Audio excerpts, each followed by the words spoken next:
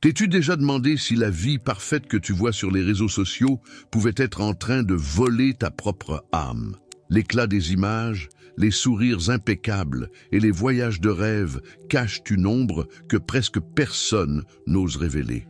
Derrière chaque like et chaque comparaison, il existe une force invisible que la Bible dénonçait déjà comme capable de briser les cœurs. Aujourd'hui, nous allons exposer le secret sombre de l'envie numérique, un portail qui emprisonne la foi et déforme la vérité spirituelle. Écris dans les commentaires, « Mon âme est libre en Christ ». Reste avec moi jusqu'à la fin, car une révélation t'attend qui peut transformer ta manière de voir ta propre vie devant Dieu. L'envie est un ennemi ancien, aussi ancien que les premiers enfants de l'humanité. Quand nous regardons les réseaux sociaux avec leurs vitrines étincelantes de vie retouchée, nous sommes face à une version moderne du même poison qui coulait déjà dans les veines spirituelles de Caïn. Il ne supportait pas de voir l'acceptation qu'Abel recevait de Dieu. Le regard de comparaison fut l'étincelle qui enflamma son cœur, transformant l'adoration en rancune et la rancune en sang. Aujourd'hui, nous ne jetons pas de pierres, ni ne levons de lame contre ceux qui paraissent plus heureux que nous.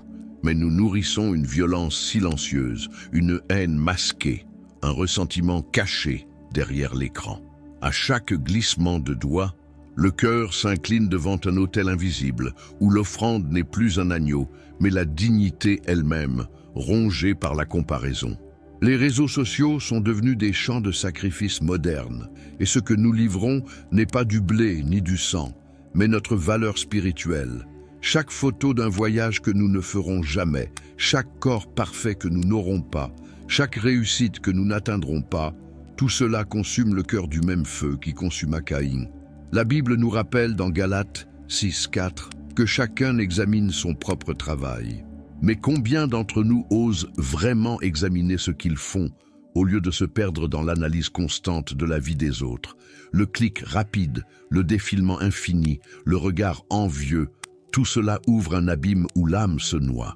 Joseph connut aussi cette fureur née de la comparaison. Ses frères ne supportaient pas de voir qu'il avait des rêves plus grands, des habits plus beaux et une attention particulière de leur père. Le résultat fut trahison, captivité et tentative d'effacer sa lumière. Cette histoire n'est pas seulement un récit ancien, mais un miroir de ce qui arrive chaque jour sur les fils numériques. Devant la joie de l'autre surgit l'ombre de la jalousie.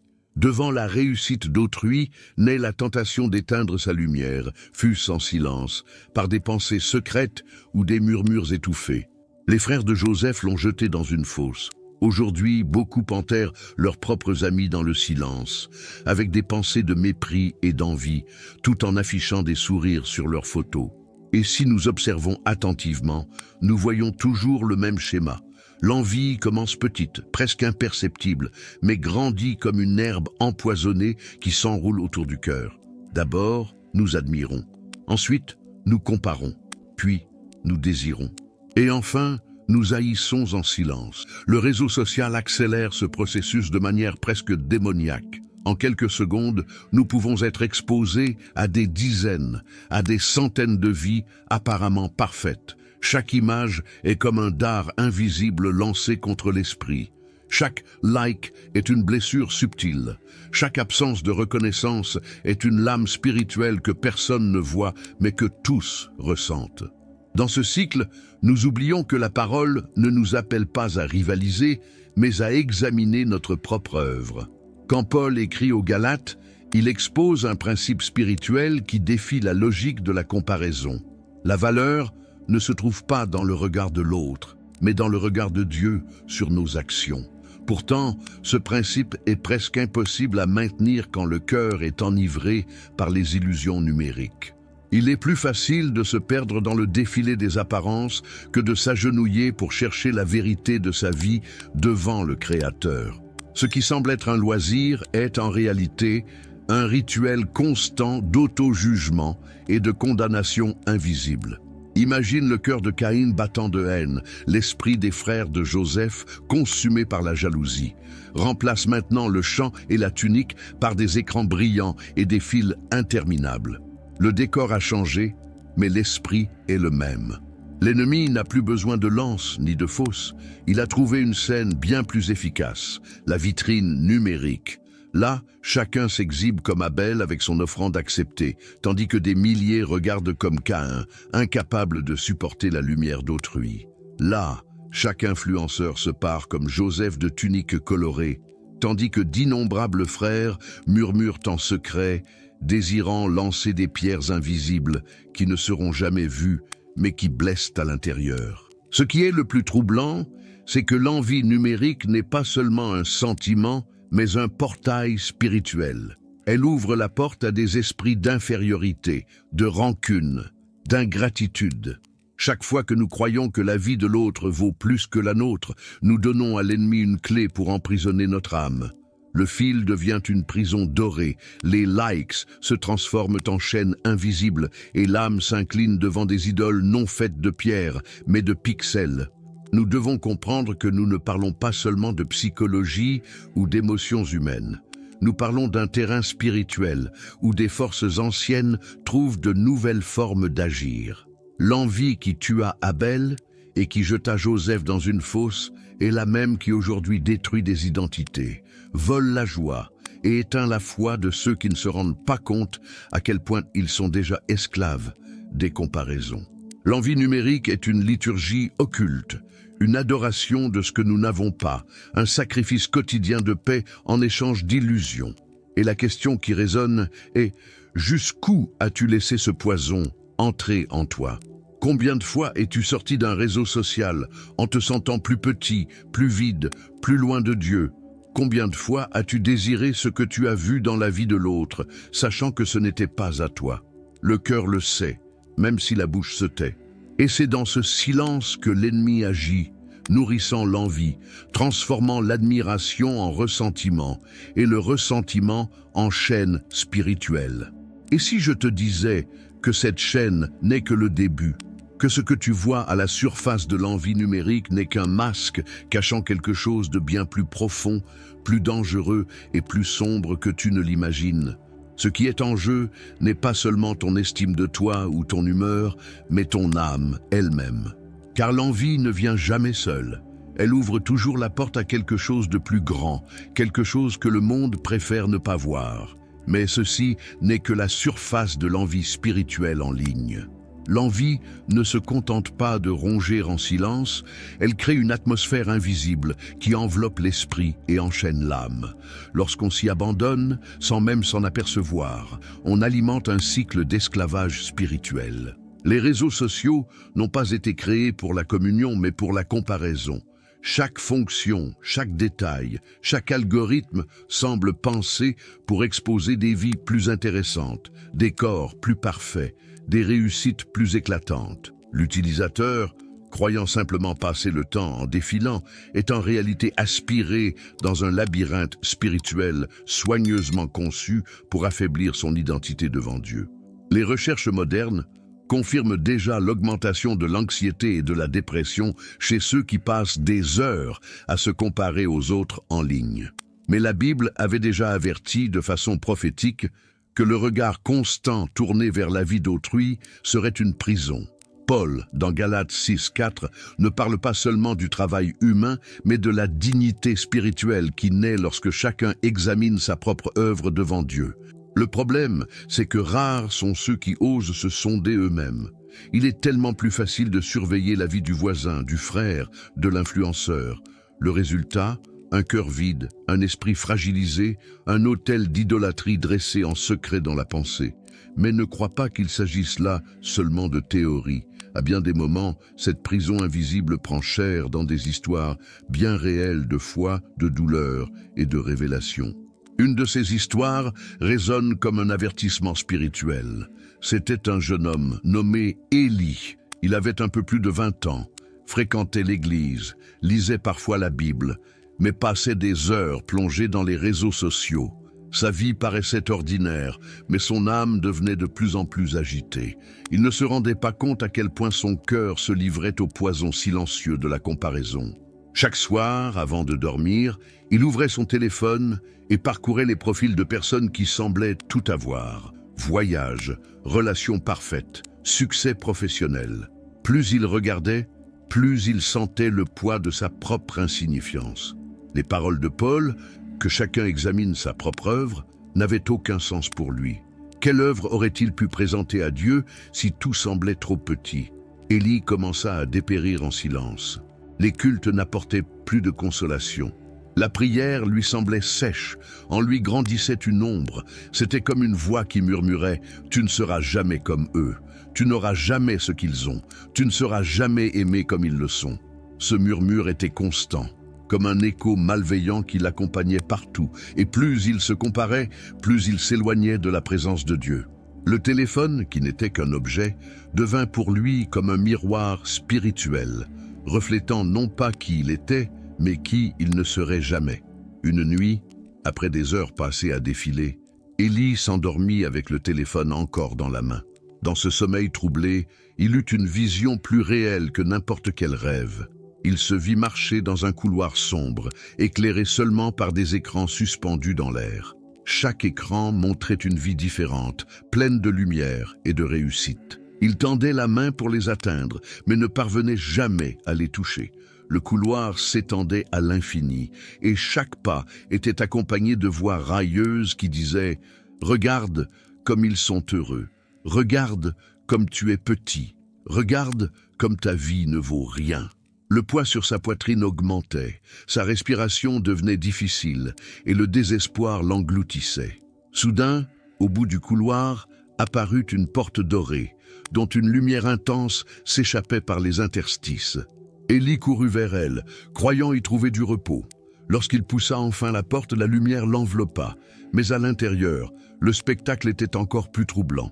Les mêmes personnes qui l'admiraient sur les réseaux sociaux se tenaient devant un trône, offrant leur réussite comme des couronnes brillantes. Mais sur le trône ne siégeait pas le Christ. C'était une figure sombre, aux yeux de feu et au sourire cruel, qui recevait chaque couronne comme si c'était une adoration. Élie voulut crier, mais aucun son ne sortit de sa bouche. Il voulut courir, mais ses pieds étaient liés par des chaînes invisibles. Il comprit que, dans son obsession à se comparer, il s'était incliné devant un autel mensonger. À ce moment-là, une voix grave résonna, différente des railleries précédentes. Une voix ferme, tranchante, qui disait « Examine ta propre œuvre ». La phrase résonna comme un tonnerre. Élie tomba à genoux, mais ne parvenait toujours pas à se libérer de ses chaînes. La figure sombre se leva du trône et s'avança vers lui, chaque pas faisant trembler le sol. Le jeune homme sentait qu'il allait être consumé. Mais avant qu'elle ne l'atteigne, la vision se brisa comme du verre, et il se réveilla en sursaut, haletant, les yeux remplis de larmes. Élie n'oublia jamais cette nuit. Il comprit que la comparaison n'était pas seulement une faiblesse émotionnelle, mais une stratégie spirituelle visant à emprisonner son âme. Chaque like qu'il enviait, chaque réussite qu'il convoitait, chaque sourire qui le faisait se sentir plus petit, c'était une chaîne supplémentaire autour de son cœur. Et il comprit qu'il y avait quelqu'un derrière tout cela, manipulant, alimentant, se réjouissant de sa prison. Cette histoire peut sembler symbolique, mais combien d'entre nous marchent déjà dans ces mêmes couloirs obscurs? Combien se sont déjà inclinés devant un autel invisible, offrant leur paix, leur gratitude, leur foi, en échange de l'illusion d'une vie parfaite? L'envie numérique n'est pas un sentiment inoffensif, c'est un champ de bataille spirituelle, et ceux qui se laissent dominer par elle risquent d'adorer, sans le savoir, un maître qui n'est pas Dieu. Mais la vision d'Élie révèle quelque chose d'encore plus troublant. Car si un autel existe, si un trône existe, si une entité reçoit les couronnes du faste humain, alors nous faisons face à une guerre bien plus proche que nous ne l'imaginons. Il ne s'agit pas seulement de se sentir mal devant une photo.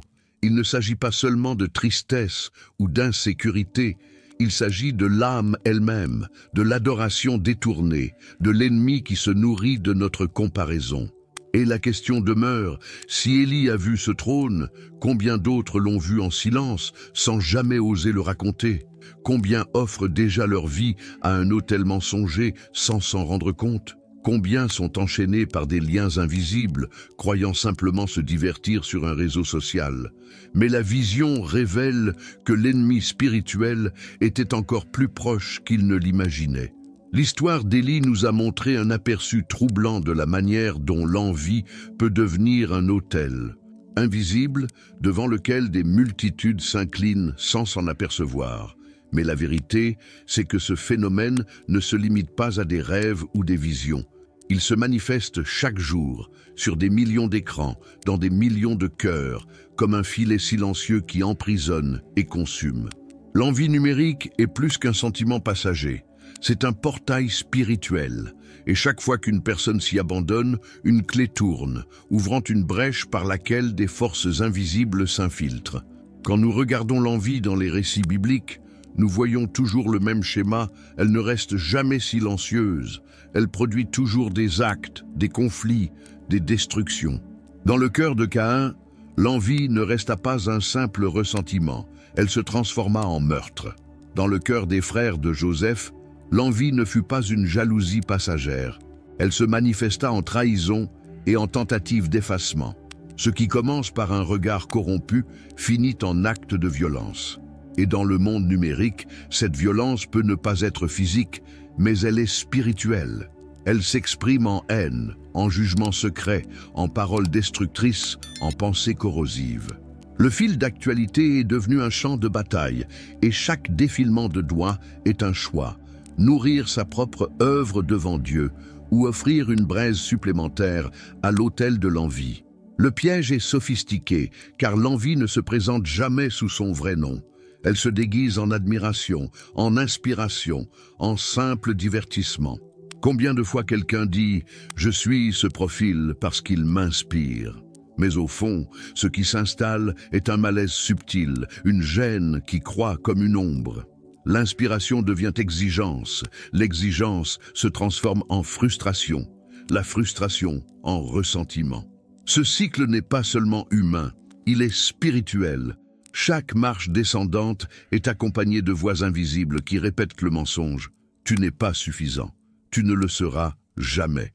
Dieu ne te donnera jamais ce qu'il a donné à l'autre. Et lorsque ce mensonge est accepté, l'âme commence à se ratatiner devant le Créateur. Les anciens considéraient l'envie comme l'un des 7 péchés capitaux, non parce qu'elle n'était qu'un défaut moral, mais parce qu'elle était perçue comme la racine de nombreux autres maux. À l'ère numérique, elle devient encore plus dangereuse, car elle est multipliée par la vitesse de l'information. Ce qui autrefois pouvait être ressenti en voyant un voisin prospérer ou un frère recevoir des honneurs, aujourd'hui se vit des centaines de fois par jour en doses constantes et presque mortelles. Le cœur, bombardé de ces images, finit par être modelé jusqu'à ne plus reconnaître son identité en Christ. Et c'est le coup le plus fatal de l'envie numérique. Elle ne se contente pas de voler la joie, elle dérobe aussi le sens profond de qui nous sommes devant Dieu. Voilà pourquoi tant de personnes se sentent constamment insuffisantes, même entourées de bénédictions. Ce n'est pas qu'il manque de la provision, de l'amour ou du soin divin, c'est que l'âme a été conditionnée à ne voir que ce que l'autre possède. Comme Joseph jeté dans la fosse, beaucoup se précipitent eux-mêmes dans des abîmes de comparaison, persuadés que leur vie n'aura de valeur que si elle reflète celle d'autrui. Mais voilà le piège ultime, le mensonge le plus cruel. Vivre dans l'ombre des existences des autres, c'est remettre le contrôle de sa propre vie spirituelle entre les mains de l'ennemi. Le plus effrayant, c'est de constater que cette prison n'est pas seulement individuelle, elle est collective, elle est générationnelle. Des millions sont reliés dans le même labyrinthe, croyant s'amuser, alors qu'en réalité, ils sont modelés comme des adorateurs d'une idole invisible. Et si l'envie a suffi à transformer Caïn en meurtrier, si elle a suffi à diviser une famille entière autour de Joseph, que peut-elle faire à une génération entière exposée à elle de manière continue et massive? Le risque n'est pas seulement personnel, il est spirituel et culturel. Nous faisons face à une épidémie invisible qui redéfinit les valeurs, détruit les familles et corrompt la foi. Et voici la dimension la plus sombre. L'envie numérique n'est pas seulement un sentiment cultivé, mais une stratégie savamment orchestrée. As-tu déjà remarqué comment le système insiste pour te montrer exactement ce que tu crains de ne pas avoir? Comme si les algorithmes savaient où est ta blessure et appuyaient dessus jusqu'à ce qu'elle saigne. Ce n'est pas seulement de la technologie, c'est une manipulation spirituelle qui se cache derrière la technologie. Chaque image, chaque suggestion, chaque comparaison est comme un fil tiré dans une toile qui enserre le cœur. Et une fois pris au piège, l'individu ne sait plus comment s'en échapper. Certains diront peut-être que nous exagérons, que ce n'est qu'un divertissement. Mais l'esclavage ne commence jamais avec des chaînes visibles. Il commence avec de petites habitudes, de petits regards, de petites concessions. Caïn ne s'est pas levé un matin décidé à tuer son frère. Il a laissé un regard corrompu grandir jusqu'à se changer en acte. Les frères de Joseph n'ont pas conçu la fausse en un seul jour. Ils ont laissé la jalousie mûrir jusqu'à ce que la haine déborde.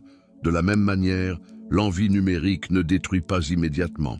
Elle ronge lentement jusqu'au jour où la personne réalise qu'elle ne parvient plus à se réjouir pour la bénédiction d'autrui, qu'elle ne trouve plus de valeur à son propre travail, qu'elle ne peut plus adorer sans se sentir moindre. Ainsi, la prison se referme, non avec des chaînes de fer, mais avec des chaînes invisibles de comparaison. Et, au milieu de ces ténèbres, la parole subsiste comme une flamme. Que chacun examine sa propre œuvre. C'est comme si Paul avait écrit ces mots, non seulement pour une communauté ancienne, mais pour chacun de nous devant un écran. Examiner sa propre œuvre, c'est rompre le cycle de l'envie, c'est fermer la porte qui s'ouvre à l'ennemi, c'est restaurer la dignité spirituelle volée par la comparaison. Mais rares sont ceux qui osent cet examen, car il demande du courage, regarder à l'intérieur, affronter ses propres blessures sans se réfugier dans la vie d'autrui. Pourtant, c'est le seul chemin. Il n'y en a pas d'autre. Tant que nous prendrons les vitrines numériques comme référence, nous nourrirons l'autel invisible qui dévore notre foi. Ce n'est que lorsque nous osons affronter qui nous sommes devant Dieu, sans filtre, sans retouche, sans comparaison, que nous pouvons trouver la véritable liberté. Mais pour cela, il faut reconnaître qu'il y a un prix spirituel payé à chaque écran glissé sans conscience, à chaque envie qui prend racine dans nos cœurs. Et la question qui résonne est la suivante. Jusqu'à quand continuerons-nous d'offrir des sacrifices à cet autel caché? Jusqu'à quand livrerons-nous nos larmes, notre identité, notre paix en échange d'illusions? L'ennemi se nourrit de cette adoration déguisée, et tant que nous ne l'admettrons pas, nous resterons prisonniers. Mais il existe une issue. Il existe une vérité qui tranche comme une épée et qui a le pouvoir de briser les chaînes les plus anciennes. Il existe une vérité cachée qui peut briser ce cycle pour toujours. Et nous arrivons maintenant à l'instant que beaucoup refusent d'affronter, la révélation finale. Après avoir parcouru les couloirs sombres de l'envie numérique, après avoir contemplé la fosse où Joseph fut jeté, le sang versé par Caïn et l'autel invisible dressé à travers les réseaux sociaux, une question simple et dévastatrice demeure. Comment échapper à ce cycle?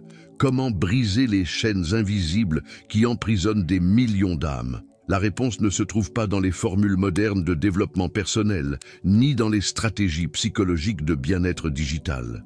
Elle se trouve dans la parole éternelle, dans ce verset qui résonne comme une épée tranchante depuis le début.